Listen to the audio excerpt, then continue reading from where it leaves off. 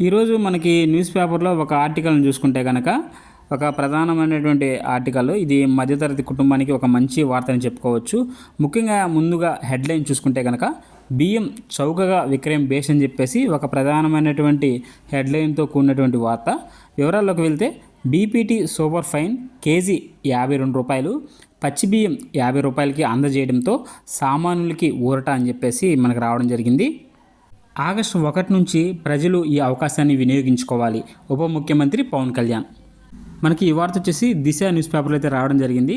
కూటమి ప్రభుత్వం సామాన్యుడికి అండగా నిలుస్తుందని చాటి చెప్పేలా రాష్ట్ర పౌర సరఫరాల శాఖ తీసుకున్న నిర్ణయం స్వాగతించదగినది.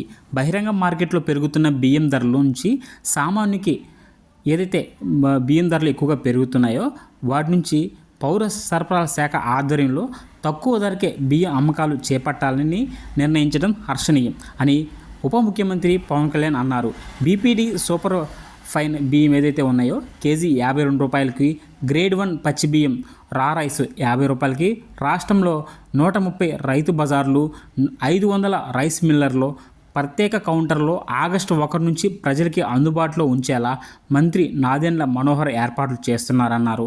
సామానుపై ధరల భారం పడకుండా కూటమి ప్రభుత్వం తరపున ఆయన ప్రత్యేకంగా చొరవ తీసుకోవడంపై పవన్ కళ్యాణ్ హర్షం వ్యక్తం చేశారు. బహిరంగ మార్కెట్ల ధరలను సమీక్షించి మిల్లర్లు అత్యవసర సమావేశం నిర్వహించి ప్రజలకు ఏదైతే అందుబాటులో ఉండేలా మేలైన ధరలను నిర్ణయిస్తారని తెలిపారు. కూటమి ప్రభుత్వం తీసుకున్న ఈ పాలనపరమైన నిర్ణయం సామాన్య ప్రజల ఆర్థిక భారాన్ని తగ్గిస్తుందని విశ్వాసం వ్యక్తం చేశారు.